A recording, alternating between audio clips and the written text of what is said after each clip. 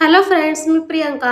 आज आम्हाला थोडं बाहेर जायचं होतं, त्याच्यामुळे छान हेअर वॉश वगैरे करून घेतलं, अंघोळ वगैरे केली आणि मग झाडू मारायला घेतलं.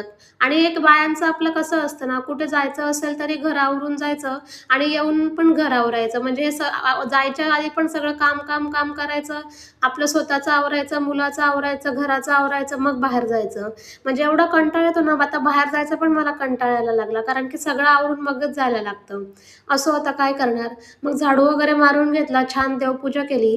कारण की कुठे निघायच्या आधी आपल्याला देवाचे दर्शन तर घ्यायलाच पाहिजे. त्यामुळे देवपूजा वगैरे केली आणि तुमच्यासमोर डायरेक्ट मी अशी तयार होऊन आली आहे.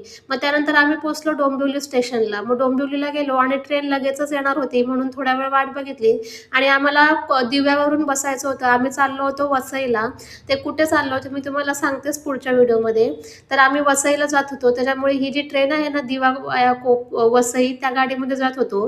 आणि त्या ट्रेनमध्ये सुद्धा आता टी-सी यायला लागले आणि तिथेच त्या एका बाईशी त्या टी-सी सोबत भांडण पण झाली. मग तिने तिकीट काढलं नव्हतं, तरी पण ती वरून अजून त्या टी-सीलाच बोलत होती.